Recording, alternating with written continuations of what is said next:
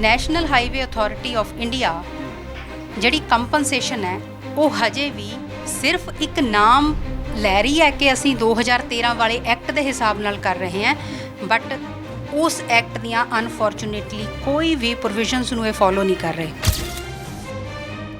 ਕਿ ਜਦੋਂ ਵੀ ਕਲੈਕਟਰ ਨੇ ਐਕੁਜ਼ੀਸ਼ਨ ਸਟਾਰਟ ਕਰਨੀ ਹੈ ਉਸ ਤੋਂ ਪਹਿਲਾਂ ਜਿਹੜੇ ਮਾਰਕੀਟ ਵੈਲਿਊ ਆ ਲੈਂਡ ਦੀ ਉਹਨੂੰ ਪ੍ਰੀਵੈਲੈਂਟ ਮਾਰਕੀਟ ਰੇਟਸ ਤੇ ਅਪਡੇਟ ਕੀਤਾ ਜਾਊਗਾ। ਇਸ ਚੀਜ਼ ਦੇ ਮਾਇਨੇ ਸਮਝੋ ਤੁਸੀਂ। ਕਲੈਕਟਰ ਰੇਟਸ ਨਹੀਂ ਪ੍ਰੋਵਾਈਡ ਕਰਨੇ, ਕਿਹੜੇ ਰੇਟਸ ਦੇਣੇ ਨੇ, ਕਰੰਟ ਮਾਰਕੀਟ ਵੈਲਿਊ ਕੀ ਆ ਲੈਂਡ ਦੀ ਉਹਨੂੰ ਬੇਸ ਲੈਣਾ ਹੈ।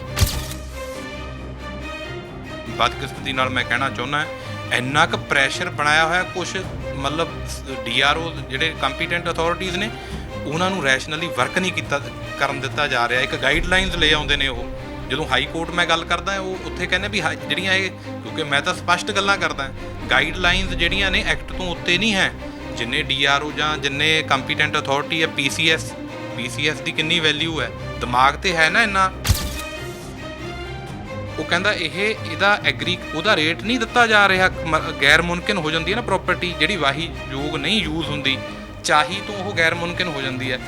ਬੰਦਿਆਂ ਦਾ ਘਰ ਬਣਿਆ, ਰੈਜ਼ੀਡੈਂਸ਼ੀਅਲ ਹਾਊਸਿਸ ਬਣੇ ਹੋਏ ਆ, ਕਾਨੂੰਨ ਕਹਿੰਦਾ ਘਰ ਦੇ ਬਦਲੇ ਘਰ ਬਣਾ ਕੇ ਦੇਣਾ। ਇੱਥੇ ਆ ਰਿਹਾ ਸੀਗਾ ਕਿ ਮਿਲਣਾ ਕੀ ਚਾਹੀਦਾ ਹੈ, ਜਿਵੇਂ ਬਹੁਤ ਸਾਰੀਆਂ ਚੀਜ਼ਾਂ ਤੁਸੀਂ RR ਦਾ ਜ਼ਿਕਰ ਕਰ ਰਹੇ ਸੀ, ਉਹ RR ਕੀ ਹੈ? ਰੀਹੈਬਿਲਿਟੇਸ਼ਨ ਤੇ ਰੀਸੈਟਲਮੈਂਟ ਹੈ, ਸੈਕੰਡ ਤੇ ਥਰਡ ਸ਼ਡਿਊਲ ਦੇ ਅਕੋਰਡਿੰਗਲੀ ਉਹ ਦੇਣਾ ਬਣਦਾ ਹੈ।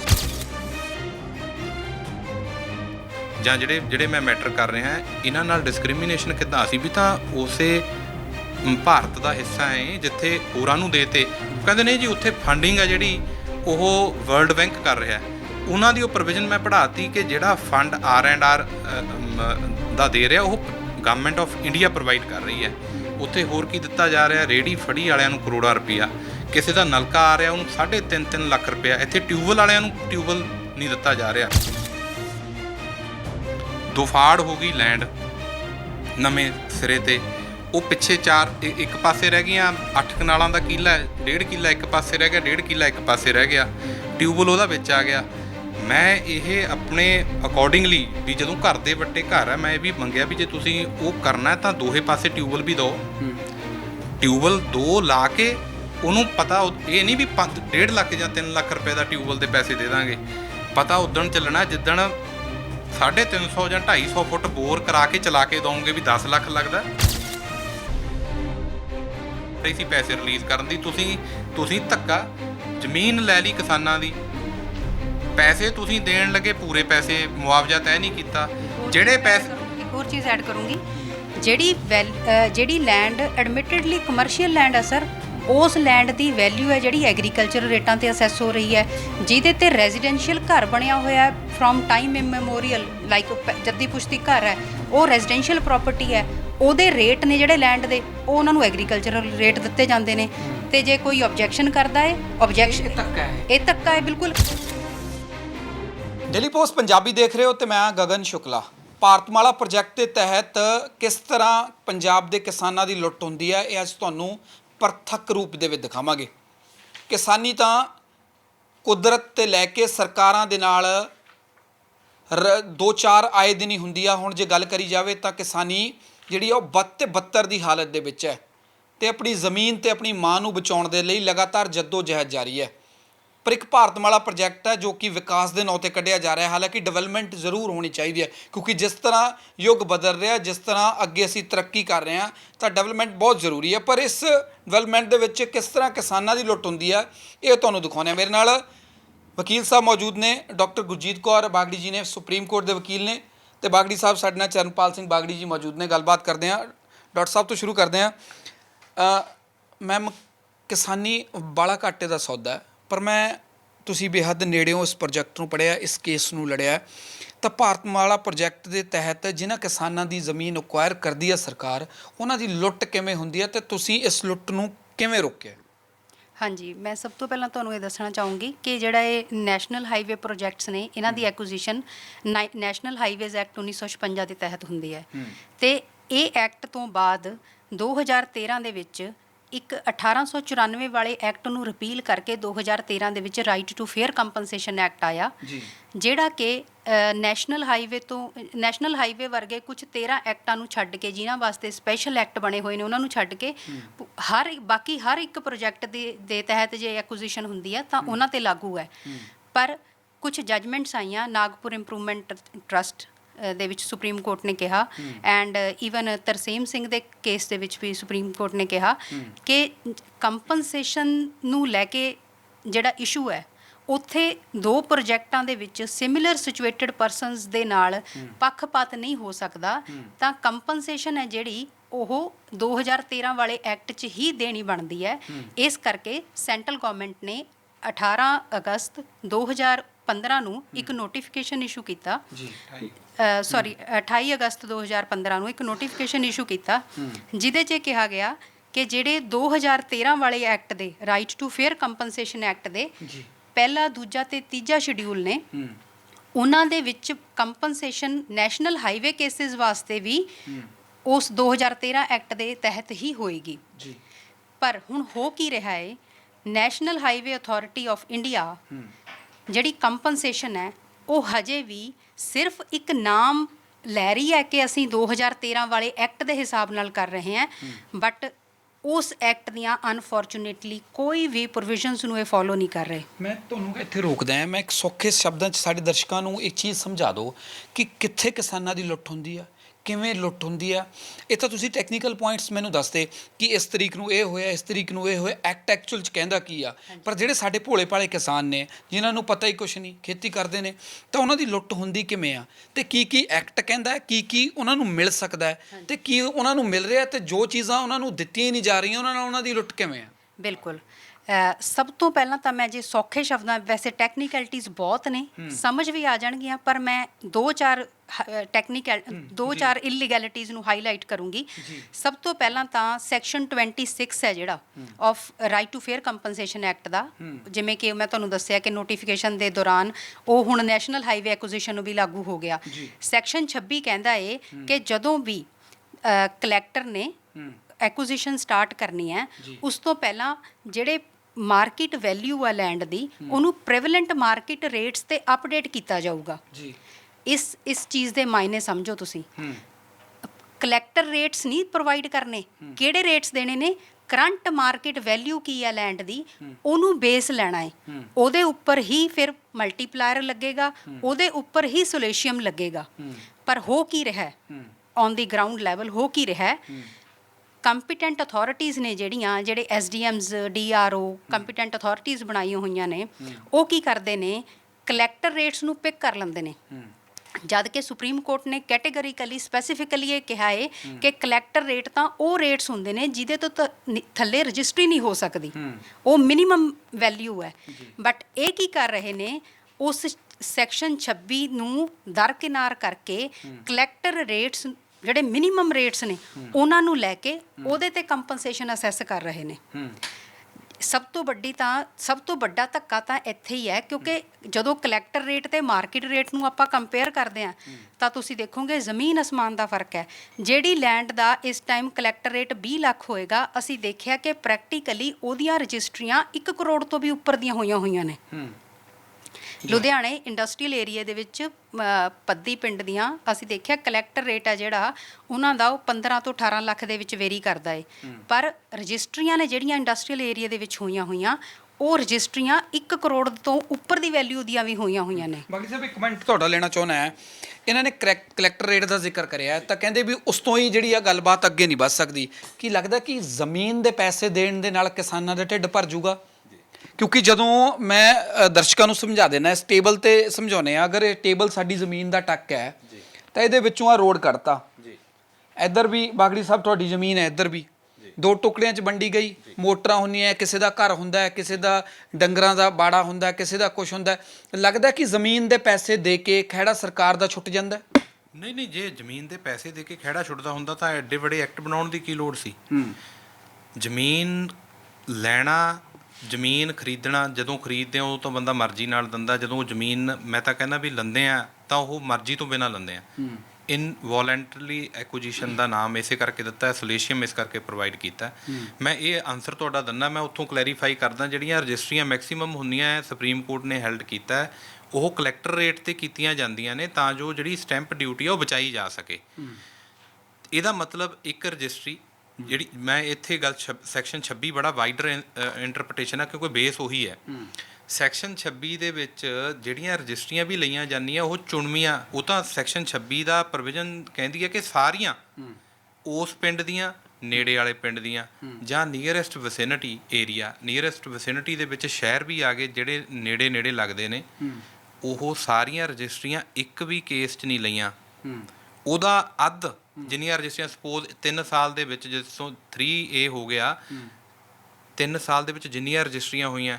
ਇੱਕ ਹੋਰ ਮੈਂ ਇਹਦੇ ਵਿੱਚ ਇਹ ਤੁਹਾਨੂੰ ਜ਼ਿਕਰ ਕਰਦਾ, ਇਹ ਕਹਿੰਦੇ ਵੀ ਜਿਹੜੀ 2 ਕਨਾਲ ਤੋਂ ਘੱਟ ਰਜਿਸਟਰੀ ਉਹ ਲੈਣੀ ਨਹੀਂ ਗੀ ਅਸੀਂ। ਐਕਟ ਤੁਹਾਡੇ ਸਾਹਮਣੇ ਪਿਆ, ਮੈਨੂੰ ਦੱਸ ਦਿਓ ਜੇ ਕਿਤੇ ਲਿਖਿਆ। ਜਦੋਂ ਐਕਟ ਇਹ ਕਹਿੰਦਾ, ਮੈਂ ਕਹਿੰਦਾ ਇਹਨਾਂ ਵਾਲੇ ਟੋਨ 'ਤੇ ਮੈਂ ਆਉਂਦਾ। ਬਾਅਦ ਵਾਲੇ 'ਚ ਤਾਂ ਜਿਹੜਾ ਮੈਮ ਨੇ ਕਲੀਅਰ ਕੀਤਾ ਹੈ ਕਿ ਵੀ ਪਹਿਲਾਂ ਰਿਵਾਈਜ਼ ਕਰਨੀ ਆ ਮਾਰਕੀਟ ਪ੍ਰੀਵੈਲੈਂਟ ਰੇਟ 'ਤੇ। ਕੌਣ ਦੱਸੂਗਾ ਪ੍ਰੀਵੈਲੈਂਟ ਰੇਟ ਕਿੰਨਾ? ਪ੍ਰੋਪਰਟੀ ਡੀਲਰ ਰਜਿਸਟਰਡ ਦੱਸੂਗਾ ਨਾ ਵੀ ਰੇਟ ਕਿੰਨਾ ਚੱਲਦਾ। ਰਜਿਸਟਰੀ ਚਾਹੇ 20 ਲੱਖ ਦੀ ਹੁੰਦੀ ਹੈ, ਰੁਪਈਆ 1.5 ਕਰੋੜ ਮੰਗਦਾ ਹੈ। ਰੇਟ ਪ੍ਰੀਵੈਲੈਂਟ ਲੈਜਿਸਲੇਚਰ ਦੀ ਇੰਟੈਂਸ਼ਨ ਕੀ ਸੀ? ਜਿਹੜੀ ਸਟੈਂਡਿੰਗ ਕਮੇਟੀ ਨੇ ਜਦੋਂ 2013 ਦਾ ਐਕਟ ਪਾਸ ਕੀਤਾ, ਪੁਰਾਣੇ ਐਕਟ ਨੂੰ ਰਿਪੀਲ ਕਰਿਆ 1894 ਵਾਲੇ ਨੂੰ, ਉਹਦੇ 'ਚ ਹਜ਼ਾਰਾਂ ਪੇਜ ਨੇ, ਉਹਦੇ ਪੜ੍ਹ ਕੇ ਉਹਦੇ ਆਬਜੈਕਟ ਕੀ ਹੈ ਵੀ ਮੈਕਸੀਮਮ ਜਿਹੜੀ ਹੈ ਉਹਨਾਂ ਨੂੰ ਵੈਲਿਊ ਕੀ ਦਿੱਤੀ ਜਾ ਸਕੇ। ਅਟੈਂਪਟ ਇਹੀ ਰਹਿੰਦੀ ਹੈ। ਨੈਸ਼ਨਲ ਹਾਈਵੇ ਨਾਲ ਬਦਕਿਸਮਤੀ ਨਾਲ ਮੈਂ ਕਹਿਣਾ ਚਾਹੁੰਦਾ, ਇੰਨਾ ਕੁ ਪ੍ਰੈਸ਼ਰ ਬਣਾਇਆ ਹੋਇਆ ਕੁਛ, ਮਤਲਬ DRO ਜਿਹੜੇ ਕੰਪੀਟੈਂਟ ਅਥਾਰਟੀਜ਼ ਨੇ ਉਹਨਾਂ ਨੂੰ ਰੈਸ਼ਨਲੀ ਵਰਕ ਨਹੀਂ ਕਰਨ ਦਿੱਤਾ ਜਾ ਰਿਹਾ। ਇੱਕ ਗਾਈਡਲਾਈਨਸ ਲੈ ਆਉਂਦੇ ਨੇ ਉਹ। ਜਦੋਂ ਹਾਈ ਕੋਰਟ ਮੈਂ ਗੱਲ ਕਰਦਾ, ਉਹ ਉੱਥੇ ਕਹਿੰਦੇ ਵੀ ਜਿਹੜੀਆਂ ਇਹ, ਕਿਉਂਕਿ ਮੈਂ ਤਾਂ ਸਪਸ਼ਟ ਗੱਲਾਂ ਕਰਦਾ, ਗਾਈਡਲਾਈਨਸ ਜਿਹੜੀਆਂ ਨੇ ਐਕਟ ਤੋਂ ਉੱਤੇ ਨਹੀਂ ਹੈ। ਜਿੰਨੇ DRO ਜਾਂ ਜਿੰਨੇ ਕੰਪੀਟੈਂਟ ਅਥਾਰਟੀ ਹੈ, PCS ਦੀ ਕਿੰਨੀ ਵੈਲਿਊ ਹੈ, ਦਿਮਾਗ 'ਤੇ ਹੈ ਨਾ ਇੰਨਾ। ਇਹ ਐਕਟ ਦਾ ਪੜ੍ਹਨਾ ਬਣਦਾ। ਜਿਹੜੀਆਂ ਗਾਈਡਲਾਈਨਸ ਦੇ ਉੱਤੇ ਮੈਂ ਉਹ ਵੀ ਜ਼ਿਕਰ ਕਰੂੰਗਾ। ਹਾਈ ਕੋਰਟ 'ਚ ਮੈਂ ਚੈਲੰਜ ਕੀਤਾ ਹੋਇਆ ਵੀ ਇਹਨਾਂ ਨੇ ਕਿੱਦਾਂ ਪਰੇਸ਼ਾਨ ਕਰਕੇ ਰੇਟ ਘਟਵਾ ਕੇ ਲਾਏ ਨੇ। ਰੇਟ ਇਹ ਕਹਿੰਦੇ ਵੀ ਸਾਨੂੰ ਸਲੇਸ਼ੀਅਮ ਦੇਣਾ ਪੈਂਦਾ। ਕਲੈਕਟਰ ਰੇਟ 'ਤੇ ਸੁਪਰੀਮ ਕੋਰਟ ਤਾਂ ਕਹਿੰਦੀ ਕਲੈਕਟਰ ਰੇਟ ਤਾਂ ਉਹ ਰੇਟ ਆ ਜਿਹ ਤੋਂ ਥੱਲੇ ਰਜਿਸਟਰੀ ਉਹ ਨਹੀਂ ਹੋ ਸਕਦੀ। ਉਹ ਟਰੂ ਡਿਪਿਕਟਿਵ ਮਾਰਕੀਟ ਵੈਲਿਊ ਦਾ ਕਿੱਦਾਂ ਹੋ ਸਕਦਾ?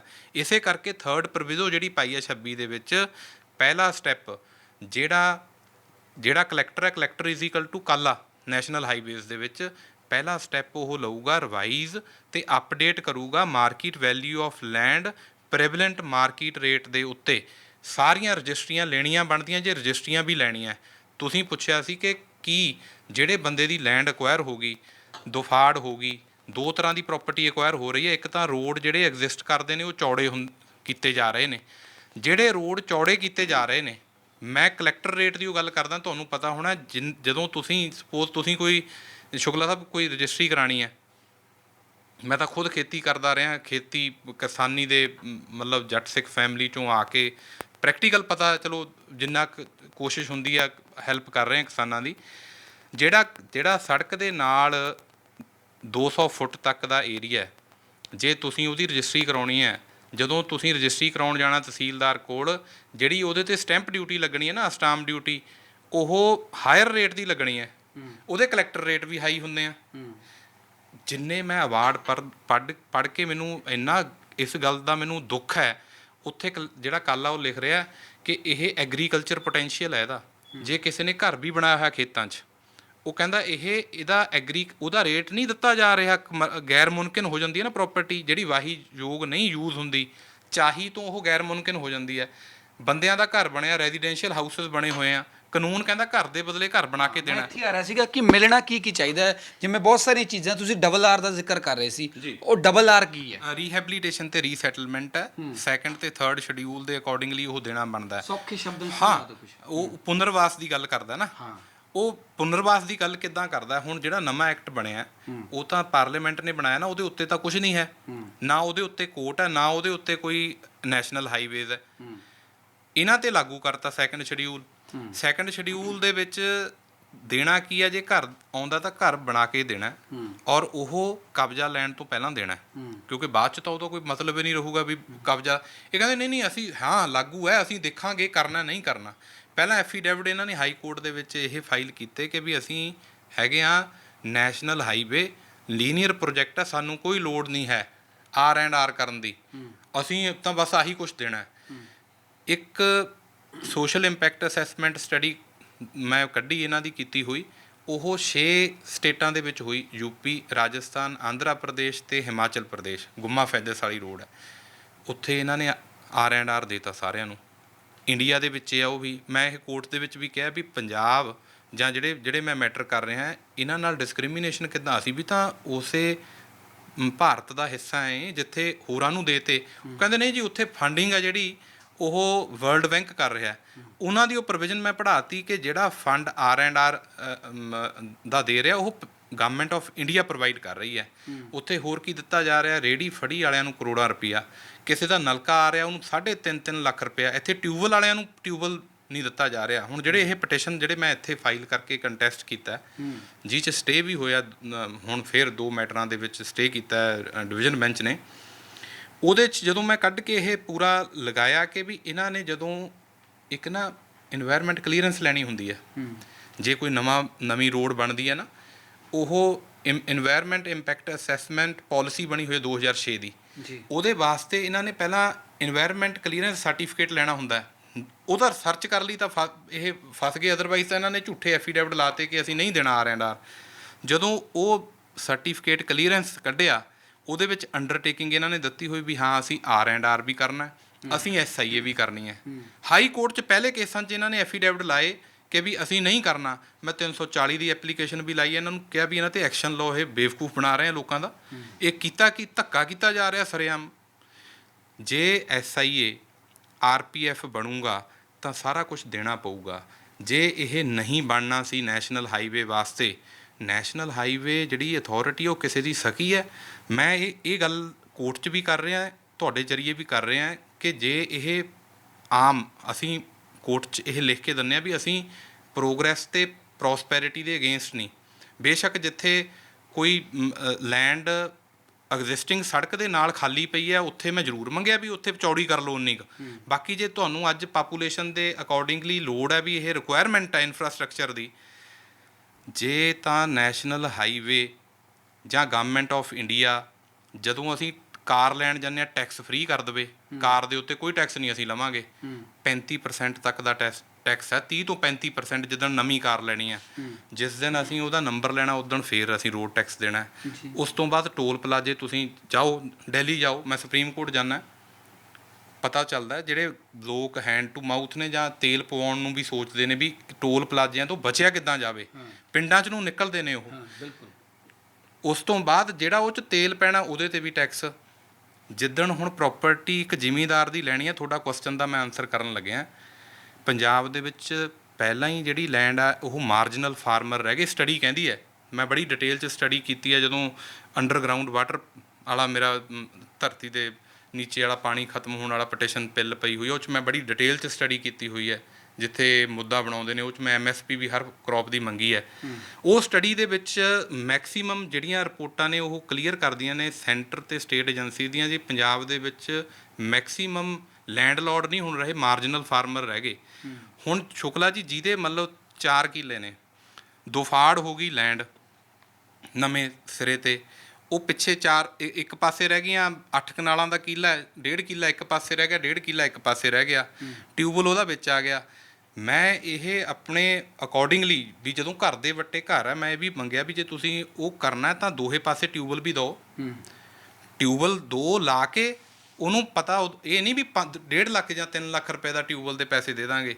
ਪਤਾ ਉਦਣ ਚੱਲਣਾ ਜਿੱਦਣ 350 ਜਾਂ 250 ਫੁੱਟ ਬੋਰ ਕਰਾ ਕੇ ਚਲਾ ਕੇ ਦਓਗੇ ਵੀ 10 ਲੱਖ ਲੱਗਦਾ, ਵਿੱਚ ਫਰਾ ਕੇ ਜਿਹੜਾ ਐਕਵਾਇਰ ਕਰ ਰਹੇ ਹੋ ਨਾ, ਵਿੱਚ ਮਿੱਟੀ ਦੇ ਮਿਲਾਇਆ ਜਾ ਰਿਹਾ। ਮੈਂ ਤੁਹਾਨੂੰ ਇਹ ਕਾਨੂੰਨ ਦੇ ਹਿਸਾਬ ਨਾਲ ਦੱਸਦਾ, ਸੁਪਰੀਮ ਕੋਰਟ ਨੇ starting from the very inception, Nagpur improvement trust, ਉਸ ਤੋਂ ਗੋਲਡਨ ਆਇਰਨ ਦੀ ਜਜਮੈਂਟ ਆਈ, ਤਰਸੇਮ ਸਿੰਘ ਦੀ ਜਜਮੈਂਟ 'ਚ ਸੁਪਰੀਮ ਕੋਰਟ ਨੇ ਫਿਰ ਕਹਿ ਤਾ ਕੋਈ ਡਿਸਕ੍ਰਿਮੀਨੇਸ਼ਨ ਨਹੀਂ ਹੋ ਸਕਦੀ, ਬਿਨਾਂ ਮੁਆਵਜ਼ਾ ਦਿੱਤੇ ਇੱਕ ਚੀਜ਼ ਦਾ ਤੁਹਾਡਾ ਕਬਜ਼ਾ ਨਹੀਂ ਲਿਆ ਜਾ ਸਕਦਾ। ਇੱਕ ਮਿੰਟ ਮੈਡਮ ਤੋਂ ਲੈ ਲਵਾਂ ਜੀ। ਮੈਮ ਤੁਸੀਂ ਇਸ ਕੇਸ 'ਤੇ ਸਟੱਡੀ ਕਰ ਰਹੇ ਹੋ, ਲੜ ਰਹੇ ਹੋ, ਤਾਂ ਹੁਣ ਸਫਲਤਾ ਕੀ ਮਿਲੀ ਹੈ ਤੁਹਾਨੂੰ? ਕਿਸਾਨਾਂ ਨੂੰ ਕੁਝ ਰਾਹਤ ਹੈ?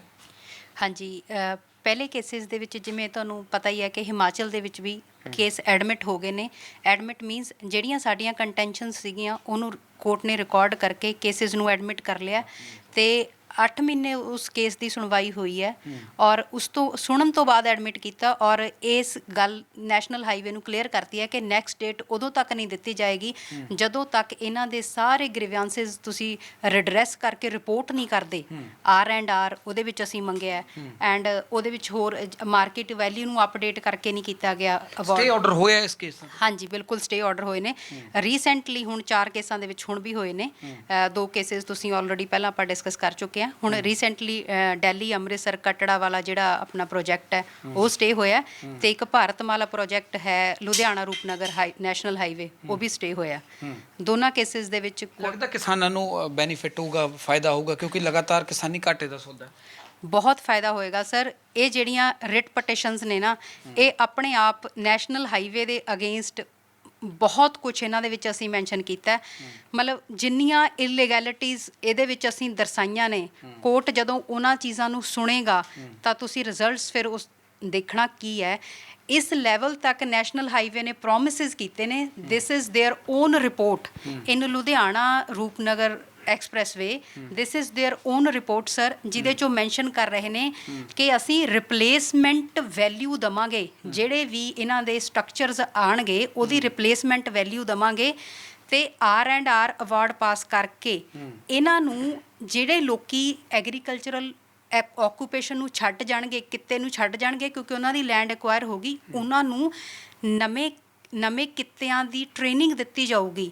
ਜੇ ਉਹਨਾਂ ਨੇ ਇਹ ਐਕਟ ਨਹੀਂ, ਇਹਨਾਂ ਦੀ ਰਿਪੋਰਟ ਕਹਿੰਦੀ ਹੈ sir, social impact assessment report ਬਣਾਈ ਹੈ ਐਕਟ ਦੇ ਤਹਿਤ ਇਹਨਾਂ ਨੇ। ਮਤਲਬ ਇਹ ਐਫੀਡੇਵਿਟ ਕੋਰਟ 'ਚ ਦਿੱਤਾ? ਕੋਰਟ 'ਚ ਦਿੱਤਾ, ਹਾਂਜੀ। ਇਹਨਾਂ ਨੇ ਸਬਮਿਟ ਕੀਤਾ ਜਦੋਂ ਇਹਨਾਂ ਨੇ ਮਤਲਬ ਕਲੀਅਰੈਂਸ ਲੈਣੀ ਹੈ ਨਾ, ਕਲੀਅਰੈਂਸ ਲੈਣ ਵਾਸਤੇ ਤੁਸੀਂ ਹੈਰਾਨੀ ਦੀ ਗੱਲ ਹੈ, ਜਿਹੜੇ ਅੱਜ ਹਾਈ ਕੋਰਟ ਇਹ ਕਹਿੰਦੇ ਸੀ ਕਿ ਵੀ ਅਸੀਂ ਆਹ ਨਹੀਂ ਦੇਣਾ, ਅਸੀਂ ਸਾਡੇ ਲਈ ਆਹ ਲਾਗੂ ਨਹੀਂ, ਜਦੋਂ ਆਹ ਕੋਰਟ ਦੇ ਅੱਗੇ ਰੱਖਿਆ, ਇਹਨਾਂ ਤੇ ਕਾਰਵਾਈ ਦੇਖਿਓ ਤੁਸੀਂ ਹੁੰਦੀ। ਮੈਂ ਇਹ ਗੱਲ ਮੈਂ ਤੁਹਾਨੂੰ ਦੱਸਾਂ, এনवायरमेंट ਕਲੀਅਰੈਂਸ ਕਿਸੇ ਵੀ ਪ੍ਰੋਜੈਕਟ ਦਾ ਫਸਟ ਸਟੈਪ ਹੈ। এনवायरमेंट ਕਲੀਅਰੈਂਸ ਲੈਣ ਤੋਂ ਬਿਨਾ ਉਹ ਕੰਸਟਰਕਸ਼ਨ ਸ਼ੁਰੂ ਨਹੀਂ ਕਰ ਸਕਦੇ। ਤੇ ਜਿਹੜਾ ਸਰਟੀਫਿਕੇਟ ਲਿਆ ਏ ਉਹ ਇਹ ਕਹਿ ਕੇ ਲਿਆ ਗਿਆ ਹੈ ਕਿ ਇਹਨਾਂ ਲੋਕਾਂ ਦਾ ਪੁਨਰਵਾਸ, ਰਿਹੈਬਿਲਿਟੇਸ਼ਨ ਤੇ ਰੀਸੈਟਲਮੈਂਟ ਕੀਤੀ ਜਾਊਗੀ। ਇਹਨਾਂ ਨੂੰ ਇਹਨਾਂ ਦੇ ਸਟਰਕਚਰਸ ਦੀ, ਇਹਨਾਂ ਦੇ ਐਸੈਟਸ ਦੀ ਰਿਪਲੇਸਮੈਂਟ ਵੈਲਿਊ ਦਿੱਤੀ ਜਾਊਗੀ। ਲੈਂਡ ਦੀ ਵੈਲਿਊ ਹੈ ਜਿਹੜੀ ਉਹ ਮਾਰਕੀਟ ਰੇਟਸ ਤੇ ਅਸੈਸ ਕਰਕੇ ਉਹਦੀ ਕੰਪਨਸੇਸ਼ਨ ਦਿੱਤੀ ਜਾਊਗੀ। ਬਜਟ ਸਰ ਮਾਰਕੀਟ ਵੈਲਿਊ ਨੂੰ ਧਿਆਨ 'ਚ ਰੱਖ ਕੇ ਪਾਸ ਹੋਇਆ ਏ ਤੇ ਦੇਖੋ ਮਿਲਿਆ ਕੀ ਹੋਇਆ ਗਰਾਊਂਡ ਲੈਵਲ ਤੇ। ਜਿਹੜੇ ਲੋਕਾਂ ਲਈ ਇੰਨੇ ਵਾਅਦੇ ਕੀਤੇ ਨੇ ਕਿ ਇੱਕ NGO ਬਣਾਈ ਜਾਊਗੀ, ਇੱਕ ਗ੍ਰੀਵੈਂਸ ਰਿਡਰੈਸਲ ਕਮਿਸ਼ਨ ਬਣਾਇਆ ਜਾਏਗਾ, ਉਹ ਕਮੇਟੀ ਇੰਨਾ ਬਹੁਤ ਲੰਬਾ ਚੌੜਾ ਉਹਦੇ 'ਚ ਆਫਿਸਰਸ ਦੀ ਲਿਸਟ ਹੈ ਕਿ ਉਹ ਸਾਰੇ ਇਹਨਾਂ ਦੇ ਗਰਾਊਂਡ ਲੈਵਲ ਤੇ ਆ ਕੇ ਇਹਨਾਂ ਦੀਆਂ ਦਿੱਕਤਾਂ ਨੂੰ ਸੁਣਨਗੇ ਤੇ ਇਹਨਾਂ ਉੱਥੇ ਹੀ ਸਮਾਧਾਨ ਕੀਤਾ ਜਾਊਗਾ। ਇਹਨਾਂ ਨੂੰ ਅੱਜ ਹਾਈ ਕੋਰਟ ਇਸ ਕਰਕੇ ਜਾਣਾ ਪੈ ਰਿਹਾ ਹੈ ਕਿਉਂਕਿ ਇਹਨਾਂ ਨੇ ਇਹ ਜਿਹੜੀਆਂ ਰਿਪੋਰਟਾਂ ਐਕਟ ਦੇ ਤਹਿਤ এনवायरमेंट ਇੰਪੈਕਟ ਅਸੈਸਮੈਂਟ ਪਾਲਿਸੀ ਦੇ ਤਹਿਤ ਬਣਾਈਆਂ ਸੀ, ਕਿਉਂਕਿ ਇਹ ਉਹਨਾਂ ਨੂੰ ਅੱਜ ਤੱਕ ਲੁਕਾਉਂਦੇ ਰਹੇ ਨੇ, ਕਦੇ ਵੀ ਉਹਨਾਂ ਨੂੰ ਕੋਰਟ 'ਚ ਨਹੀਂ ਪੇਸ਼ ਹੋਣ ਦਿੱਤਾ ਗਿਆ। ਬਾਕੀ ਸਭ ਲਾਸਟ ਕਮੈਂਟਾਂ ਤੋਂ ਬਾਅਦ ਕਿਸਾਨਾਂ ਨਾਲ ਗੱਲਬਾਤ ਕਰਨ ਦੀ ਵੀ ਕੋਸ਼ਿਸ਼ ਕਰਾਂਗੇ। ਕਿਤੇ ਨਾ ਕਿਤੇ ਕੀ ਲੱਗਦਾ, ਹੁਣ ਸਟੇ ਆਰਡਰ ਹੋ ਗਿਆ ਜੀ, ਲੱਗਦਾ ਕਿ ਬੇੜੀ ਬੰਨੇ ਲੱਗ ਜੂਗੀ, ਮਿਹਨਤ ਨੂੰ ਬੋਰ ਪਊਗਾ? ਨਹੀਂ, ਦੇਖੋ ਜਿੰਨੀ ਮਿਹਨਤ ਕੀਤੀ ਆ ਉਹਦਾ ਰਿਜ਼ਲਟ ਜਿਹੜਾ ਮਿਲ ਰਿਹਾ। ਕਈ ਕੇਸਾਂ ਦੇ ਵਿੱਚ ਸਟੇ ਹੋਈ ਹੈ ਤੇ 1-2-3 ਮੈਂ ਗੱਲਾਂ ਜਾਂਦੇ ਹੋਏ ਕਲੀਅਰ ਕਰਦਾ ਕਿ ਜਿਹੜਾ ਸੈਕਸ਼ਨ 96 ਹੈ ਨਵੇਂ ਐਕਟ ਦਾ, ਕਿਉਂਕਿ ਜਦੋਂ ਅਵਾਰਡ ਪਾਸ ਹੁੰਦਾ ਹੈ ਲੋਕਾਂ ਨੂੰ ਕੀ ਪ੍ਰੋਬਲਮ ਆ ਰਹੀ ਹੈ ਨਾ, ਤੇ ਦੱਸਦੇ ਆ ਵੀ ਅਵਾਰਡ ਕਦੋਂ ਇਹਨਾਂ ਦੀ ਤੁਸੀਂ ਇਹਨਾਂ ਦੀਆਂ ਹਰਕਤਾਂ ਦੇਖੋ। ਮੈਂ ਹੁਣ ਰਿਟ ਇੱਕ ਦਾਇਰ ਕੀਤੀ ਹੈ ਨਵੇਂ ਮਤਲਬ ਉਹ 'ਚ ਇਹਨਾਂ ਨੇ ਕੀ ਕੀਤਾ, ਇਹ ਜਦੋਂ ਅਵਾਰਡ ਪਾਸ ਕਰਨਾ ਲੋਕਾਂ ਨੂੰ ਦੱਸਣਾ ਬਣਦਾ ਤੁਹਾਡੀ ਜ਼ਮੀਨ ਲੈ ਲਈ। ਸੁਪਰੀਮ ਕੋਰਟ ਕਹਿੰਦੀ ਜਦੋਂ ਇਹਨਾਂ ਨੇ ਅਵਾਰਡ ਦੇਣਾ ਉਹ ਆਫਰ ਹੈ, ਬੰਦਾ ਮੰਨੇ ਨਾ ਮੰਨੇ ਜਾਂ ਉਹਦਾ ਕੋਈ ਐਜੀਟੇਸ਼ਨ ਹੈ, ਰਿਡਰੈਸਲ ਕਮੇਟੀ ਵੀ ਮੈਮ ਨੇ ਜਿਵੇਂ ਦੱਸਿਆ ਤਦੇ ਬਣਾਈ ਹੈ ਨਾ ਵੀ ਇਹਨਾਂ ਨੂੰ ਕੋਰਟਾਂ 'ਚ ਧੱਕੇ ਨਾ ਖਾਣੇ ਪੈਣ। ਬੰਦਾ ਪੁੱਛਦਾ ਵੀ ਅਵਾਰਡ ਹੋ ਗਿਆ, ਅਵਾਰਡ ਪਾਸ ਕਰਕੇ ਲੁਕੋ ਕੇ ਰੱਖ ਲੈਂਦੇ ਨੇ। ਉਹ ਤੋਂ ਪਹਿਲਾਂ ਇੱਕ ਡਰਾਫਟ ਅਵਾਰਡ ਪਾਸ ਕਰਕੇ ਇਹ ਕਿਹਨੂੰ ਭੇਜਦੇ ਨੇ ਅੱਗੇ, ਨੈਸ਼ਨਲ ਹਾਈਵੇ ਨੂੰ। ਹੁਣ ਜਿਹੜਾ ਕੰਪੀਟੈਂਟ ਅਥਾਰਟੀ ਕੱਲ੍ਹ ਹੈ, ਕਾਨੂੰਨ ਦੇ ਵਿੱਚ ਲਿਖਿਆ ਵੀ ਉਹ ਇੰਡੀਪੈਂਡੈਂਟ ਬੰਦਾ ਹੈ। ਇੰਡੀਪੈਂਡੈਂਟ ਮਤਲਬ ਉਹ ਨਿਰਪੱਖ ਹੈ। ਇੱਕ ਪਾਸੇ ਲੈਂਡ ਓਨਰਸ ਨੇ, ਦੂਜੇ ਪਾਸੇ ਨੈਸ਼ਨਲ ਹਾਈਵੇ ਅਥਾਰਟੀ ਆ ਉਹਦੀ, ਉਹ ਨਿਰਪੱਖ ਹੈ।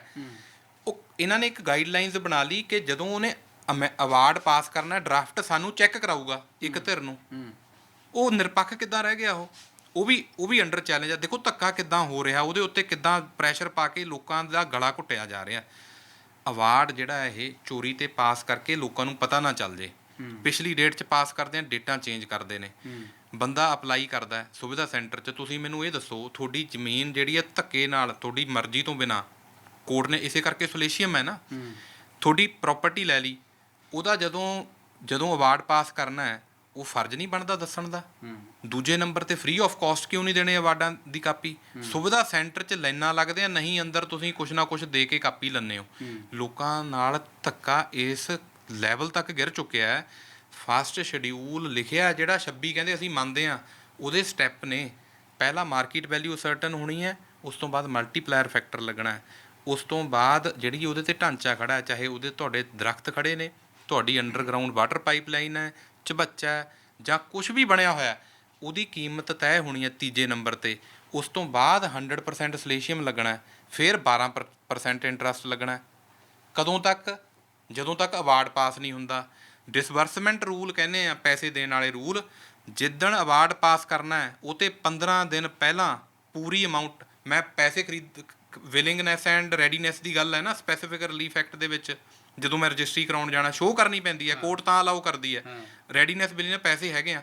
ਡਿਸਬਰਸਮੈਂਟ ਰੂਲ ਬਣੇ ਹੋਏ ਆ, ਖੂਹ ਖਾਤੇ ਪਾਏ ਹੋਏ ਇਹਨਾਂ ਨੇ ਵੀ ਪੈਸੇ ਤੁਹਾਡੇ ਅਕਾਊਂਟ 'ਚ ਹੋਣਗੇ, ਲੋਕਾਂ ਨੂੰ ਦੇਣੇ ਆ। ਅਵਾਰਡ ਕਰੇ ਹੋਏ ਆ 5-5 6-6 7-7 ਮਹੀਨਿਆਂ ਦੇ, ਸਾਲ ਦੇ। ਉਹ ਤੋਂ ਬਾਅਦ ਕਬਜ਼ਾ, ਕਹਿੰਦੇ ਅਸੀਂ ਕਿਹੜਾ ਹਾਲੇ ਕਬਜ਼ਾ ਲਿਆ ਜਾਂ ਲੈਣਾ। ਜਦੋਂ ਲੈਜਿਸਲੇਚਰ ਨੇ ਜਿਸ ਦਿਨ ਤੱਕ ਅਵਾਰਡ ਹੁੰਦਾ ਹੈ ਉਸ ਦਿਨ ਤੱਕ 12% ਹੈ, ਉਸ ਤੋਂ ਬਾਅਦ ਪੈਸੇ ਕੌਣ ਦੇਊਗਾ? ਮੈਂ ਅਸ਼ੋਕ ਗਰਗ ਵਾਲੇ ਮੈਟਰ 'ਚ ਵੀ ਮੰਗਿਆ ਹੋਇਆ। ਉਹਦੇ ਵਿੱਚ ਇੱਕ ਪ੍ਰੋਜੈਕਟ ਡਾਇਰੈਕਟਰ ਨੂੰ ਬਾਏ ਨੇਮ ਵੀ ਪਾਰਟੀ ਬਣਾਇਆ, ਜਿੱਥੇ ਕਮਿਸ਼ਨ ਦੀ ਮੰਗ ਕੀਤੀ ਜਾ ਰਹੀ ਸੀ ਪੈਸੇ ਰਿਲੀਜ਼ ਕਰਨ ਦੀ। ਤੁਸੀਂ ਧੱਕਾ, ਜ਼ਮੀਨ ਲੈ ਲਈ ਕਿਸਾਨਾਂ ਦੀ, ਪੈਸੇ ਤੁਸੀਂ ਦੇਣ ਲੱਗੇ, ਪੂਰੇ ਪੈਸੇ ਮੁਆਵਜ਼ਾ ਤੈਅ ਨਹੀਂ ਕੀਤਾ। ਜਿਹੜੇ ਪੈਸੇ, ਇੱਕ ਹੋਰ ਚੀਜ਼ ਐਡ ਕਰੂੰਗੀ, ਜਿਹੜੀ ਲੈਂਡ ਐਡਮਿਟਡਲੀ ਕਮਰਸ਼ੀਅਲ ਲੈਂਡ ਹੈ ਸਰ, ਉਸ ਲੈਂਡ ਦੀ ਵੈਲਿਊ ਹੈ ਜਿਹੜੀ ਐਗਰੀਕਲਚਰ ਰੇਟਾਂ ਤੇ ਅਸੈਸ ਹੋ ਰਹੀ ਹੈ, ਜਿਹਦੇ ਤੇ ਰੈਜ਼ੀਡੈਂਸ਼ੀਅਲ ਘਰ ਬਣਿਆ ਹੋਇਆ ਹੈ ਫਰੋਮ ਟਾਈਮ ਇਮੈਮੋਰੀਅਲ, ਲਾਈਕ ਜੱਦੀ ਪੁਸ਼ਤੀ ਘਰ ਹੈ, ਉਹ ਰੈਜ਼ੀਡੈਂਸ਼ੀਅਲ ਪ੍ਰਾਪਰਟੀ ਹੈ।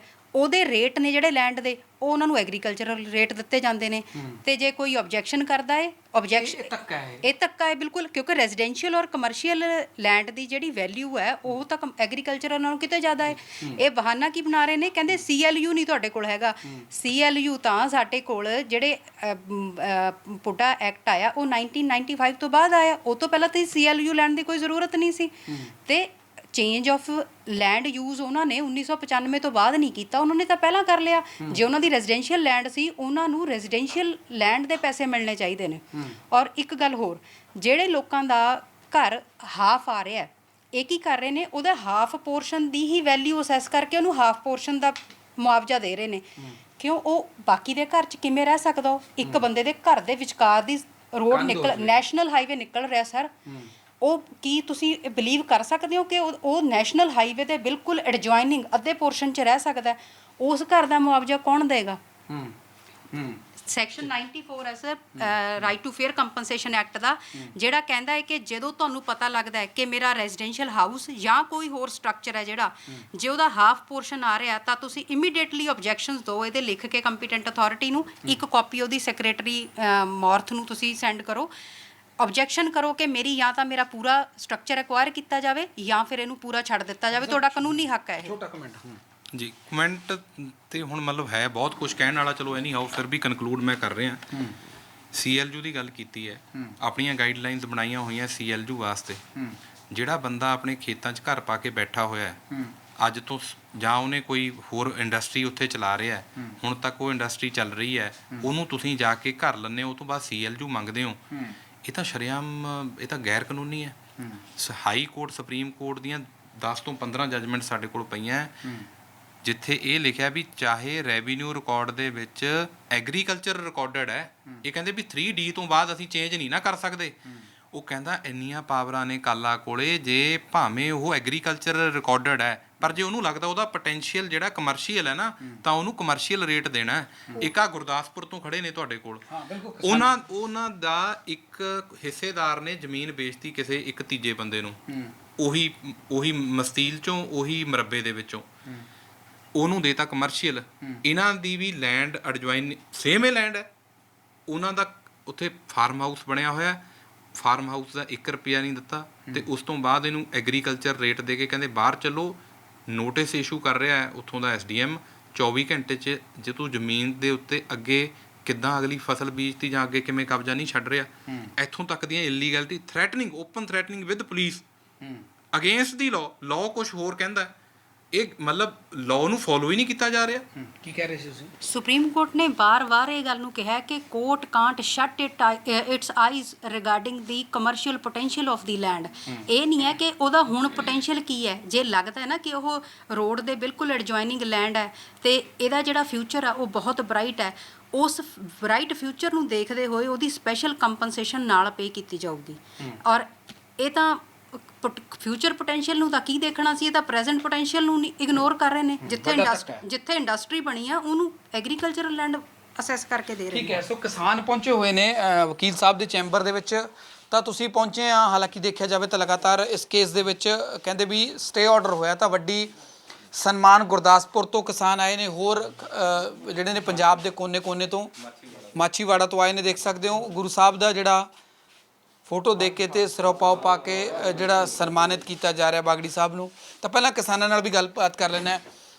ਖਾਲਸਾ ਜੀ, ਗੁਰਦਾਸਪੁਰ ਤੋਂ ਆਏ ਹੋ ਤਾਂ ਕਹਿੰਦੇ NRI ਹੋ। ਅਸੀਂ ਮੈਨੂੰ 1.5 ਸਾਲ ਹੋ ਗਿਆ ਜੀ ਇਸ ਜਦੋਜਹਿਦ ਦੇ ਵਿੱਚ, ਤੇ 1.5 ਸਾਲ ਬਾਅਦ ਸਾਨੂੰ ਬਾਗੜੀ ਸਾਹਿਬ ਨੇ ਰਿਲੀਫ ਦਵਾਇਆ। ਅਸੀਂ ਬਾਗੜੀ ਸਾਹਿਬ ਦਾ ਧੰਨਵਾਦ ਕਰਦੇ ਹਾਂ ਜੀ, ਬਹੁਤ ਬਹੁਤ ਇਹਨਾਂ ਦਾ ਧੰਨਵਾਦ ਜਿਨ੍ਹਾਂ ਨੇ ਸਾਨੂੰ ਸਟੇ ਦਵਾਇਆ। ਤੇ ਕੀ ਮੈਨੂੰ ਥੋੜਾ ਛੋਟੇ ਸ਼ਬਦਾਂ 'ਚ ਗੱਲ ਦੱਸਿਓ, ਕੀ ਧੱਕਾ ਕੀ ਹੋ ਰਿਹਾ ਸੀ? ਤੁਹਾਨੂੰ ਕੀ ਲੱਗਦਾ ਸੀ, ਕੌਣ ਥ੍ਰੈਟ ਕਰ ਰਿਹਾ ਸੀ, ਕੌਣ ਲੱਗਦਾ ਸੀ? ਤੁਹਾਨੂੰ ਕੀ ਲੱਗਦਾ ਕਿ ਹੁਣ ਮੈਂ 1.5 ਸਾਲ ਹੋ ਗਏ ਪੰਜਾਬ ਹੈ, ਕੈਨੇਡਾ ਤੋਂ ਆਇਆ ਹਾਂ, ਕੀ ਲੱਗਿਆ ਕਿ ਹੁਣ ਮੈਨੂੰ ਇੱਥੇ ਮੇਰਾ ਬਹੁਤ ਜ਼ਿਆਦਾ ਲਾਸ ਹੋ ਰਿਹਾ? ਸਾਡੀ ਜ਼ਮੀਨ ਹੀ ਜਿਹੜੀ ਦਿੱਲੀ ਅੰਮ੍ਰਿਤਸਰ ਕਟਰਾ ਐਕਸਪ੍ਰੈਸਵੇ ਵਿੱਚ ਸਭ ਤੋਂ ਵੱਧ ਜ਼ਮੀਨ ਸਾਡੀ ਹੀ ਉੱਥੇ ਆਈ ਹੈ ਜੀ। ਤੇ ਉਹਦੇ ਵਿੱਚ ਸਾਡੀ ਸਾਰੀ ਜ਼ਮੀਨ ਜਿਹੜੀ ਉਹ ਕਮਰਸ਼ੀਅਲ ਆ, ਤੇ ਇਹਨਾਂ ਨੇ ਸਾਨੂੰ ਉਹਦਾ ਮਤਲਬ ਵੀ ਚਾਹੀ ਕਰਕੇ ਮੁਆਵਜ਼ਾ ਦਿੱਤਾ ਆ, ਜਿਹੜਾ ਕਿ ਬਹੁਤ ਘੱਟ ਆ। ਤੇ ਅਸੀਂ ਇਸ ਦੱਸਣ ਅਸੀਂ ਇਹਨਾਂ ਨੂੰ ਇਹੀ ਦੱਸ ਰਹੇ ਵੀ ਸਾਡੀ ਕਮਰਸ਼ੀਅਲ ਹੈਗੀ ਆ। ਈਵਨ ਕਿ ਮਾਸਟਰ ਪਲਾਨ ਗੁਰਦਾਸਪੁਰ ਦਾ ਉਹਦੇ ਉੱਤੇ ਲਾਗੂ ਆ 2013 ਦਾ, ਉਹ ਵੀ ਨੇ ਇਹਨਾਂ ਨੇ ਮਤਲਬ ਉਹਨੂੰ ਕੰਸੀਡਰ ਨਹੀਂ ਕੀਤਾ, ਇਗਨੋਰ ਕਰਕੇ ਤੇ ਸਾਨੂੰ ਜਿਹੜਾ ਇਹਨਾਂ ਨੇ ਉਹ ਮੁਆਵਜ਼ਾ ਦਿੱਤਾ। ਤੁਸੀਂ ਕੁਝ ਨੋਟਿਸ ਦਾ ਜ਼ਿਕਰ ਕਰ ਰਹੇ ਸੀ। ਹਾਂਜੀ, ਇਹ ਇੱਕ ਇਹਨਾਂ ਨੇ ਆਪਣੇ ਜਿਹੜੇ ਲੋਕਲ SDM ਸੀਗੇ ਉਹਨਾਂ ਨੇ ਸਾਨੂੰ 24 ਘੰਟੇ ਦਾ ਨੋਟਿਸ ਦਿੱਤਾ ਵੀ ਤੁਸੀਂ ਇਹਦੇ 'ਤੇ ਕਣਕ ਕਿਉਂ ਬੀਜੀ ਆ। ਤੇ ਪੁਲਿਸ ਦਾ ਥ੍ਰੈਟ, ਮਤਲਬ ਪ੍ਰਸ਼ਾਸਨ ਸਾਨੂੰ ਥ੍ਰੈਟ ਕਰ ਰਿਹਾ ਸੀਗਾ ਵੀ ਤੁਸੀਂ ਇਹ ਨਹੀਂ ਕਰ ਸਕਦੇ। ਤੇ ਮੇਰੇ ਫਾਦਰ ਸਾਹਿਬ ਜਿਹੜੇ ਸੀਗੇ ਉਹ ਇਹ ਸਦਮਾ, ਜਦੋਂ ਅਸੀਂ ਕਣਕ ਬੀਜ ਰਹੇ ਸੀਗੇ ਉਸ ਸਮੇਂ ਤੁਸੀਂ ਦੇਖ ਲਓ ਵੀ ਇਹ ਪ੍ਰਸ਼ਾਸਨ ਸਾਰਾ ਆ ਗਿਆ, ਆ ਕੇ ਇਹਨਾਂ ਨੇ ਮਤਲਬ ਉੱਥੇ ਕਬਜ਼ਾ ਲੈਣ ਦੀ ਕੋਸ਼ਿਸ਼ ਕੀਤੀ। ਉਹ ਇਹ ਸਦਮਾ ਨਾ ਝੱਲਦੇ ਹੋਏ ਮਤਲਬ ਉਹਨਾਂ ਦੀ ਡੈਥ ਹੋਈ ਆ। ਅੱਛਾ, ਹਾਂਜੀ। ਤੁਸੀਂ ਸਰ ਕਿੱਥੋਂ ਆਏ ਹੋ? ਮੈਂ ਮਾਛੀਵਾੜਾ ਸਾਹਿਬ ਤੋਂ ਆਇਆ ਜੀ। ਤੁਹਾਡਾ ਵੀ ਸੇਮ ਹੀ ਹੈ? ਸੇਮ ਹੈ, ਸਾਡੀ ਵੀ ਜਿਹੜੀ ਹੈਗੀ ਆ ਜ਼ਮੀਨ ਰਿਕੁਆਇਰ ਹੋ ਰਹੀ ਆ ਰੋਪੜ ਤੋਂ ਲੁਧਿਆਣਾ ਹਾਈਵੇ 'ਚ। ਤੇ ਜਿਹੜੀ ਖਾਸ ਕਰ ਸਾਨੂੰ ਸਭ ਤੋਂ ਵੱਡਾ ਹੈਗਾ ਵੀ ਜਿਹੜੀ ਪਾਣੀ ਦੀ ਵੈਲਟ ਆ ਸਾਡੀ, ਤੇ ਸਾਡੇ ਆਮ ਸਾਰੇ ਪੰਜਾਬ ਵਿੱਚ ਪਾਣੀ ਬਹੁਤ ਥੱਲੇ ਜਾ ਚੁੱਕਿਆ। ਜਿਹੜੀ ਸਾਡੀ ਜ਼ਮੀਨ ਹੈ ਉੱਥੇ ਪਾਣੀ ਅਜੇ ਵੀ 5 ਤੋਂ 7 ਫੁੱਟ ਤੇ ਪਾਣੀ ਆ। ਇੱਕ ਉਪਜਾਊ ਜ਼ਮੀਨ ਆ। ਇੱਕ ਪਾਸੇ ਤਾਂ ਗੌਰਮੈਂਟ ਆਮ ਰੌਲਾ ਪਾ ਰਹੀ ਹੈ ਕਿ ਪਾਣੀ ਬਚਾਉਣਾ ਅਸੀਂ, ਤੇ ਦੂਸਰੇ ਪਾਸੇ ਸਾਤੋਂ ਧੱਕੇ ਨਾਲ ਬਹੁਤ ਹੀ ਘੱਟ ਰੇਟ ਤੇ ਜ਼ਮੀਨਾਂ ਖੋਹੀਆਂ ਜਾ ਰਹੀਆਂ। ਤੇ ਤੀਆ ਪੁਆਇੰਟ ਹੈਗਾ ਵੀ ਸਾਡੇ ਕੋਲ ਜਿਹੜੀ ਰੋਪੜ ਤੋਂ ਨੀਲੋਂ ਤੱਕ ਆਲਰੇਡੀ ਸੜਕ ਹੈਗੀ ਆ, ਤੇ ਉਹਦੇ ਨਾਲ 2 ਏਕੜ ਜ਼ਮੀਨ ਸੱਜੇ ਪਾਸੇ ਔਰ 2 ਏਕੜ ਖੱਬੇ ਪਾਸੇ ਜ਼ਮੀਨ ਵਿਹਲੀ ਪਈ ਆ, ਤੇ ਉਹਦੇ ਵਿੱਚ ਵੀ ਉਹ ਰੋਡ ਲਿਆ ਜਾ ਸਕਦਾ ਹੈ। ਸਿਰਫ ਉਹਨਾਂ ਨੂੰ 1.5 ਕਿਲੋਮੀਟਰ ਰਾਮਪੁਰ ਜਾ ਕੇ ਦਰਾਹੇ ਦੇ ਕੋਲ ਰਿਕੁਆਇਰ ਕਰਨ ਦੀ ਜ਼ਰੂਰਤ ਆ। ਇਸ ਕਰਕੇ ਅਸੀਂ ਵਕੀਲ ਸਾਹਿਬ ਦਾ ਧੰਨਵਾਦ ਕਰਨ ਆਏ ਹਾਂ ਜੀ ਅੱਜ। ਠੀਕ ਹੈ ਬਾਗੜੀ ਸਾਹਿਬ, ਜਾਂਦੇ ਜਾਂਦੇ ਹੀ ਇੱਕ ਛੋਟਾ ਜਿਹਾ ਕਮੈਂਟ ਚਾਹੁੰਦਾ, ਕੀ ਲੱਗਦਾ ਹੈ ਹੁਣ ਜਿਸ ਤਰ੍ਹਾਂ ਇਹ ਕਹਿੰਦੇ ਸਟੇ ਆਰਡਰ ਹੋ ਗਿਆ, ਇੱਥੋਂ ਤੱਕ ਕਹਿਤਾ ਕਿ ਸਦਮਾ ਹੋ ਗਿਆ, ਮੇਰੇ ਫਾਦਰ ਸਾਹਿਬ ਇਸ ਸਦਮੇ ਨੂੰ ਨਾ ਚੱਲਦੇ ਹੋਏ ਜਿਹੜੀ ਆ ਉਹਨਾਂ ਦਾ ਦੇਹਾਂਤ ਹੋ ਗਿਆ, ਹੁਣ 1.5 ਸਾਲ ਤੋਂ ਇੱਥੇ ਨੇ, ਕੀ ਲੱਗਦਾ ਹੁਣ ਇਹਨਾਂ ਨੂੰ ਪੂਰੇ ਵਾਜਬ ਰੇਟ ਮਿਲਣਗੇ? ਦੇਖੋ, ਜਿਵੇਂ ਕਾਨੂੰਨ ਬਣਾਉਣਾ ਪਾਰਲੀਮੈਂਟ ਨੇ। ਇਹ ਕੇਸ ਦੇ ਵਿੱਚ ਸਟੇ ਵੀ ਤੇ ਇਹ ਖੜੇ ਵੀ ਕੇਸ ਇਸੇ ਕਰਕੇ ਨੇ ਕਿਉਂਕਿ ਕਾਨੂੰਨ ਤੋਂ ਬਾਹਰ ਕੋਈ ਚੀਜ਼ ਨਹੀਂ ਮੈਂ ਮੰਗ ਕਰ ਰਿਹਾ। ਮੈਂ ਤਾਂ ਇੱਥੋਂ ਤੱਕ ਕਿਹਾ ਵੀ ਅਸੀਂ ਕੋਈ ਵੀ ਆਰ ਨਾਟ ਬੈਗਿੰਗ, ਅਸੀਂ ਆਪਣੇ ਹੱਕਾਂ ਲਈ ਲੜ ਰਹੇ ਹਾਂ। ਜਸਟਿਸ ਅਈਅਰ ਇਨ 1978 ਸੁਪਰੀਮ ਕੋਰਟ, ਉਹਨਾਂ ਨੇ ਇੱਕ ਐਕੁਜੀਸ਼ਨ ਕੁਐਸ਼ ਕੀਤੀ। ਉਹਨਾਂ ਨੇ ਇਹ ਅਬਜ਼ਰਵ ਕੀਤਾ ਕਿ ਪੰਜਾਬ ਦੇ ਵਿੱਚ ਮਰਡਰ ਤੱਕ ਹੋ ਜਾਂਦੇ ਆ ਜ਼ਮੀਨ ਵਾਸਤੇ, ਮਾਂ ਦੇ ਸਮਾਨ ਮੰਨਦੇ ਨੇ ਲੋਕੀ ਜ਼ਮੀਨ ਨੂੰ। ਉਹਨਾਂ ਦੀਆਂ ਜਜਮੈਂਟਸ ਨੇ ਇਹ। ਮੈਂ ਕਹਿੰਦਾ ਵੀ ਜਿਹੜਾ ਸਾਨੂੰ ਕਾਨੂੰਨ ਕਹਿੰਦਾ ਹੈ ਜਿਸ ਦਿਨ ਕਲੈਕਟਰ ਬੈਠੂਗਾ ਉਸ ਦਿਨ ਅਪਡੇਟ ਕਰੂਗਾ ਮਾਰਕੀਟ ਪ੍ਰੀਵੈਲੈਂਟ ਰੇਟ 'ਤੇ। ਮਾਰਕੀਟ ਪ੍ਰੀਵੈਲੈਂਟ ਰੇਟ 'ਤੇ ਤੁਸੀਂ ਕਿਉਂ ਨਹੀਂ ਕਰ ਰਹੇ? ਤੁਸੀਂ ਕਲੈਕਟਰ ਰੇਟ 'ਤੇ ਕਰੀ ਕਿੱਦਾਂ ਜਾ ਰਹੇ ਹੋ? ਜੇ ਤੁਸੀਂ ਰਜਿਸਟਰੀਆਂ ਦੀ ਗੱਲ ਕਰਦੇ ਹੋ, ਤੁਸੀਂ ਰਜਿਸਟਰੀਆਂ ਚਾਹੇ 1 ਕਨਾਲ ਦੀ ਹੈ ਚਾਹੇ 1.5 ਕਨਾਲ ਦੀ ਹੈ, ਉਹਨਾਂ ਨੂੰ ਤੁਸੀਂ ਰਜਿਸਟਰੀਆਂ ਨੂੰ ਇਨਕਲੂਡ ਨਹੀਂ ਕਰਦੇ। ਕੋਈ ਗਾਈਡਲਾਈਨਸ ਬਣਾ ਕੇ ਇਹ ਗੱਲ ਕਹੇ, ਗਾਈਡਲਾਈਨਸ ਕਾਨੂੰਨ ਤੋਂ ਉੱਤੇ ਥੋੜ੍ਹੋ ਆ। ਅਸੀਂ ਇੱਕ ਗਾਈਡਲਾਈਨਸ ਇਹਨਾਂ ਦੀ ਉਹ ਲਾਈ ਜਿਹਦੇ ਵਿੱਚ ਅਸੀਂ ਹਾਈ ਕੋਰਟ 'ਚ ਕਿਹਾ ਵੀ ਇਹਨਾਂ ਨੇ ਅਵਾਰਡ ਦੇ ਵਿੱਚ ਇਹ ਸਰਟੀਫਿਕੇਟ ਦੇਣਾ ਜਿਹੜਾ ਕੱਲ੍ਹ ਹੈ, ਅਤੇ ਆਹ 4 ਸਟੈਪ ਜਿਹੜੇ ਤੁਹਾਨੂੰ ਮੈਂ ਪਹਿਲਾਂ ਦੱਸਿਆ ਫੋਲੋ ਕਰਨੇ ਆ। ਔਰ ਜਿੱਥੇ ਇਹ ਤੀਜਾ ਸਟੈਪ ਹੈ ਉੱਥੇ ਲਿਖਦੇ ਆ ਵੀ ਜਿਹੜੀ ਇਹ ਐਸੈਟਸ ਤੇ ਬਿਲਡਿੰਗ ਦੀ ਵੈਲਿਊ ਹੈ ਹਲੇ ਅਸੀਂ ਇਹਦਾ ਕੈਲਕੂਲੇਸ਼ਨ ਕਰਨੀ ਹੈ, ਉਹ ਬਾਅਦ 'ਚ ਅਵਾਰਡ ਕਰਾਂਗੇ। ਇਹ ਤਾਂ ਆਪ ਧੱਜੀਆਂ ਅੜਾਉਂਦੇ ਨੇ ਗਾਈਡਲਾਈਨਸ ਦੀਆਂ। ਉੱਥੇ ਨੈਸ਼ਨਲ ਹਾਈਵੇ ਨੇ ਰਿਪਲਾਈ ਦਿੱਤਾ, ਕਹਿੰਦਾ ਇਹ ਤਾਂ ਗਾਈਡਲਾਈਨਸ ਨੇ, ਕਾਨੂੰਨ ਜਿਹੜਾ ਕਾਨੂੰਨ ਵੱਡਾ ਹੈ, ਗਾਈਡਲਾਈਨਸ ਥੱਲੇ ਨੇ। ਹਾਲਾਂਕਿ ਕਾਨੂੰਨ ਵੀ ਫਸਟ ਸ਼ਡਿਊਲ ਇਹ ਕਹਿੰਦਾ ਵੀ ਤੀਜੇ ਨੰਬਰ 'ਤੇ ਤੁਸੀਂ ਜਿਹੜਾ ਇਹ ਸਟਰਕਚਰਸ ਦਾ ਕੋਸਟ ਕੈਲਕੂਲੇਟ ਕਰਨੀ ਹੈ। ਮੈਂ ਜਿਹੜੀ ਗੱਲ ਕਹਿਣਾ, ਜਦੋਂ ਮੈਂ ਕਾਨੂੰਨ ਦੇ ਵਿੱਚ ਦਾਇਰੇ 'ਚ ਖੜਾ 6 ਮਹੀਨੇ 8 ਮਹੀਨੇ ਇਹ ਬਹਿਸ ਹੁੰਦੀ ਰਹੀ ਵੀ ਇਹ ਪ੍ਰੋਜੈਕਟ ਨਹੀਂ ਰੋਕੇ ਜਾ ਸਕਦੇ। ਕੋਰਟ ਨੇ ਕਰਤੀ ਸਟੇ। ਜੇ ਏਜੰਸੀ ਕੇਸਾਂ ਦੇ ਵਿੱਚ ਤਦੇ ਹੋਈ ਹੈ ਨਾ, ਜੇ ਹੁਣ ਮਤਲਬ ਜਿੱਦਾਂ ਹੋਰ ਪਾਸੇ ਨੂੰ ਕਈ ਤੋਰਿਆ ਜਾ ਰਿਹਾ ਵੀ ਮੇਰੇ ਤੋਂ ਵਿਊ ਵੀ ਲੈ ਰਹੇ ਸੀ ਵੀ ਆਰਬੀਟ੍ਰੇਸ਼ਨ ਕੋਲ, ਮੈਂ ਤਾਂ ਕੋਰਟ 'ਚ ਇਹ ਵੀ ਕਿਹਾ, ਇਹ ਕਹਿੰਦੇ ਆਰਬੀਟ੍ਰੇਟਰ ਕੋਲ ਹੈ। ਤੁਸੀਂ ਸਾਡਾ 4 ਕਮਰਿਆਂ ਦਾ ਘਰ ਹੈ, ਤੁਸੀਂ 3 ਕਮਰੇ ਦੇ ਦਿਓ, 4 ਕਮਰੇ ਵਾਲਾ ਘਰ ਲੈਣ ਲਈ ਜਾਵਾਂਗੇ। ਤੁਸੀਂ ਤਾਂ ਹਲੇ ਬੇਸਿਕ ਹੀ ਨਹੀਂ ਦਿੱਤੀ। ਵਧਾਉਣ ਲਈ ਜਾਣ ਵਾਸਤੇ ਤਾਂ ਉੱਥੇ ਇੱਕ ਪੁਸ਼ਤ ਖਰਾਬ ਕਰਨ ਵਾਲਾ ਕੰਮ ਹੈ। ਆਰਬੀਟ੍ਰੇਟਰ ਕੋਲ ਤੁਸੀਂ ਵਧਾ ਲਓ। ਉਸ ਤੋਂ ਬਾਅਦ ਇਹਨਾਂ ਨੇ ਪੱਕੇ ਵਕੀਲ ਇਹਨਾਂ ਦੇ ਪੈਨਲ ਤੇ ਬੈਠੇ ਨੇ ਨੈਸ਼ਨਲ ਹਾਈਵੇ ਦੇ, ਦੂਜੇ ਦਿਨੇ ਚੱਕ ਕੇ ਉਹ ਡਿਸਟ੍ਰਿਕਟ ਜੱਜ ਕੋਲ 34 ਦੀ ਪਟੀਸ਼ਨ ਪਾ ਦਿੰਦੇ ਨੇ, ਆਬਜੈਕਸ਼ਨ। ਉੱਥੋਂ ਡਿਸਾਈਡ ਹੁੰਦਾ 1.5-2 ਸਾਲ, 2 ਜਾਂ 3 ਜਾਂ 4 ਜਾਂ 5 ਸਾਲ ਮਗਰੋਂ। ਉਸ ਤੋਂ ਬਾਅਦ ਇਹਨਾਂ ਦੇ ਪੱਕੇ ਪੈਨਲ ਤੇ ਵਕੀਲ ਨੇ ਹਾਈ ਕੋਰਟ ਆ ਜਾਂਦੇ ਨੇ, ਉੱਥੇ ਐਡਮਿਟ ਹੋ ਜਾਂਦੀ ਹੈ FAO, ਐਡਮਿਟ ਹੁੰਦੀ ਆ ਉਹ, 10 ਸਾਲ ਉੱਥੇ ਲੱਗਦੇ ਨੇ। ਉਸ ਤੋਂ ਬਾਅਦ ਸੁਪਰੀਮ ਕੋਰਟ ਚਲ ਜਾਂਦੇ ਨੇ। ਹਾਈ ਕੋਰਟ ਆ ਕੇ ਤਾਂ ਅਸੀਂ ਇਹਨਾਂ ਨੂੰ ਇਹ ਕਿਹਾ ਵੀ ਅਸੀਂ ਕੋਈ ਇਹਨਾਂ ਤੋਂ ਨਹੀਂ ਕਹਿੰਦੇ, ਇਹਨਾਂ ਨੂੰ ਕਹਿੰਦੇ ਆ ਵੀ ਕਾਨੂੰਨ ਦੇ ਮੁਤਾਬਿਕ ਚੱਲੋ, ਠੀਕ ਹੈ। ਅਦਰਵਾਈਜ਼ ਤੁਹਾਡੇ ਕੋਲ ਕੋਈ ਚਾਰਾ ਨਹੀਂ ਹੈ, ਨਾ ਪੋਜੈਸ਼ਨ ਨਾ ਕੁਝ ਹੋਰ। ਜਿੰਨੀ ਦੇਰ ਤੱਕ ਜੋ ਕਾਨੂੰਨ ਪਾਰਲੀਮੈਂਟ ਨੇ ਸਾਡੇ ਹੱਕ 'ਚ ਬਣਾਇਆ, ਜਿੰਨੀ ਦੇਰ ਫੋਲੋ ਨਹੀਂ ਹੋਊਗਾ, ਅਸੀਂ ਇੱਥੇ ਫਾਈਟ ਕਰਦੇ ਹਾਂ। ਠੀਕ ਹੈ, ਬਹੁਤ ਮਿਹਰਬਾਨੀ ਸਮਾਂ ਦੇਣ ਦੇ ਲਈ। ਸੋ ਕਹਿੰਦੇ ਭੀਖ ਨਹੀਂ ਮੰਗ ਰਹੇ, ਆਪਣੇ ਹੱਕਾਂ ਦੀ ਲੜਾਈ ਹੈ। ਇਹਨਾਂ ਕਿਤਾਬਾਂ ਦੇ ਵਿੱਚ ਜੋ ਕਾਨੂੰਨ ਦਰਜ ਨੇ ਉਹਨਾਂ ਦੇ ਤਹਿਤ ਹੀ ਇਹ ਕਾਨੂੰਨੀ ਲੜਾਈ ਲੜੀ ਜਾ ਰਹੀ ਹੈ। ਪਰ ਦੁਖਾਂਤ ਇਸ ਤਰ੍ਹਾਂ ਹੈ ਕਿ ਇੱਕ ਇਨਸਾਨ 1.5 ਸਾਲ ਤੋਂ ਆਪਣੀ ਜ਼ਮੀਨ ਦੇ ਵਾਜਬ ਰੇਟ ਦੀ ਲੜਾਈ ਲੜ ਰਿਹਾ ਹੈ। ਜ਼ਮੀਨ ਪੰਜਾਬ ਦੀ ਕਿਸਾਨਾਂ ਦੀ ਮਾਂ ਹੁੰਦੀ ਹੈ, ਅਤੇ ਇੱਥੇ 1 ਇੰਚ ਪਿੱਛੇ ਲੜਾਈ ਹੁੰਦੀ ਹੈ। ਇੱਥੇ ਤਾਂ ਕਿੱਲਿਆਂ ਦੀ ਐਕਵਾਇਰ ਹੋ ਰਿਹਾ। ਇੱਥੋਂ ਤੱਕ ਬੱਸ ਹੋ ਗਈ ਕਿ ਸਦਮਾ ਨਾ ਚੱਲਦੇ ਹੋਏ ਪਿਤਾ ਦੀ ਮੌਤ ਹੋ ਜਾਂਦੀ ਹੈ। ਤਾਂ ਇਸ ਵੇਲੇ ਅਸੀਂ ਕਿਸ ਹਾਲਾਤ ਦੇ ਵਿੱਚ ਹਾਂ ਕਿ ਲੱਗਦਾ ਹੈ ਕਿ ਜਿਸ ਨੂੰ ਕਾਨੂੰਨ ਦੀ ਜਾਣਕਾਰੀ ਹੈ ਉਹ ਤਾਂ ਫਾਈਟ ਕਰ ਸਕਦਾ, ਜਿਨ੍ਹਾਂ ਨੂੰ ਪਤਾ ਹੀ ਨਹੀਂ ਉਹ ਬੂਟੀਆਂ ਵਾਲੇ ਝੋਲੇ ਦੇ ਵਿੱਚ ਆਪਣੇ ਜਿਹੜੇ ਦਸਤਾਵੇਜ਼ ਨੇ ਉਹ ਪਾ ਕੇ ਅਦਾਲਤਾਂ ਦੇ ਚੱਕਰ ਲਾਉਂਦੇ ਨੇ। ਸੋ ਲੋੜ ਹੈ ਇਹਨਾਂ ਚੀਜ਼ਾਂ ਨੂੰ ਸੁਖਾਲਾ ਕਰਨ ਦੀ, ਲੋੜ ਹੈ ਇਹਨਾਂ ਚੀਜ਼ਾਂ ਨੂੰ ਸੁਖਾਵਾਂ ਕਰਨ ਦੀ, ਕਿਉਂਕਿ ਹਰ ਬੰਦੇ ਨੂੰ ਕਾਨੂੰਨ ਦੀ ਜਾਣਕਾਰੀ ਨਹੀਂ ਹੈਗੀ। ਹਰ ਬੰਦਾ ਕੋਰਟ ਦੇ ਚੱਕਰ ਨਹੀਂ ਲਾ ਸਕਦਾ। ਪਰ ਆਪਣੀ ਜਾਂਦੀ ਜ਼ਮੀਨ ਦੇ ਲਈ ਕਹਿੰਦੇ ਫਿਰ ਮਰਦਾ ਤਾਂ ਬੰਦਾ ਕੀ ਨਹੀਂ ਕਰਦਾ। ਇਹ ਬਹੁਤ ਸਾਰੀਆਂ ਚੀਜ਼ਾਂ ਨੇ, ਪੰਜਾਬੀ ਦੀਆਂ ਕਹਾਵਤਾਂ ਨੇ, ਸੌਖੇ ਸ਼ਬਦਾਂ ਦੇ ਵਿੱਚ ਸਮਝਾਉਣ ਦੀ ਲਗਾਤਾਰ ਕੋਸ਼ਿਸ਼ ਤੁਹਾਨੂੰ ਕਰਦੇ ਹਾਂ। ਪਰ ਇਹ ਹਾਲਾਤ ਇਸ ਤਰ੍ਹਾਂ ਹੁੰਦੇ ਜਾ ਰਹੇ ਨੇ ਕਿ ਕਿਸੇ ਵੇਲੇ ਕਿਸਾਨ ਜਿਹੜੀ ਆ ਉਹ ਲਾਹੇ ਦਾ ਸੌਦਾ ਹੁੰਦੀ ਸੀ ਕਿ ਲੈਂਡਲੋਰਡ ਲੋਕ, ਪਰ ਹੁਣ ਮਾਰਜਨਲੀ ਕਿਸਾਨ ਨੇ, ਕਿੱਲਾ 2 ਕਿੱਲਾ 5 ਕਿੱਲਿਆਂ ਵਾਲੇ ਕਿਸਾਨ ਨੇ। ਲਗਾਤਾਰ ਸੜਕਾਂ ਚੌੜੀਆਂ ਹੁੰਦੀਆਂ ਜਾ ਰਹੀਆਂ ਨੇ, ਕਿਸਾਨੀ ਘਾਟੇ ਦਾ ਸੌਦਾ ਵੇਚ ਕੇ ਬਾਹਰ ਜਾ ਰਹੇ ਹਾਂ। ਬਹੁਤ ਸਾਰੀਆਂ ਤਕਰੀਰਾਂ ਪੇਸ਼ ਕਰਨ ਦੇ ਲਈ, ਪਰ ਸਮਾਂ ਘੱਟ ਹੈ। ਪਰ ਮੁੱਖ ਦੀ ਗੱਲ ਇਹੀ ਹੈ ਕਿ ਕਿਸਾਨੀ ਦੇ ਲਈ ਸਭ ਨੂੰ ਸੰਜੀਦਾ ਹੋਣਾ ਪਊਗਾ। ਬਿਜ਼ਨਸਮੈਨ ਲੋਕ ਜਿਹੜੇ ਨੇ ਉਹ ਲਗਾਤਾਰ ਇਸ 'ਤੇ ਸਕੰਜਾ ਕੱਸਦੇ ਜਾ ਰਹੇ ਨੇ, ਅਤੇ ਕਿਸਾਨਾਂ ਦੀ ਹਰ ਛੋਟੇ ਤੋਂ ਲੈ ਕੇ ਵੱਡੇ ਪੱਖ ਤੱਕ ਲਗਾਤਾਰ ਲੁੱਟ ਹੋ ਰਹੀ ਹੈ। ਲੋੜ ਹੈ ਸੁਰਾ ਜਾਗਣ ਦੀ, ਇਸ 'ਤੇ ਸੁਚੇਤ ਹੋਣ ਦੀ, ਤਾਂ ਕਿ ਅਸੀਂ ਆਪਣੇ ਕਿਸਾਨ ਤੇ ਕਿਸਾਨੀ ਨੂੰ ਬਚਾਈਏ। ਕੈਮਰਾਮੈਨ ਰੋਸ਼ਨ ਦੇ ਨਾਲ ਗਗਨ ਸ਼ੁਕਲਾ, ਡੇਲੀ ਪੋਸਟ।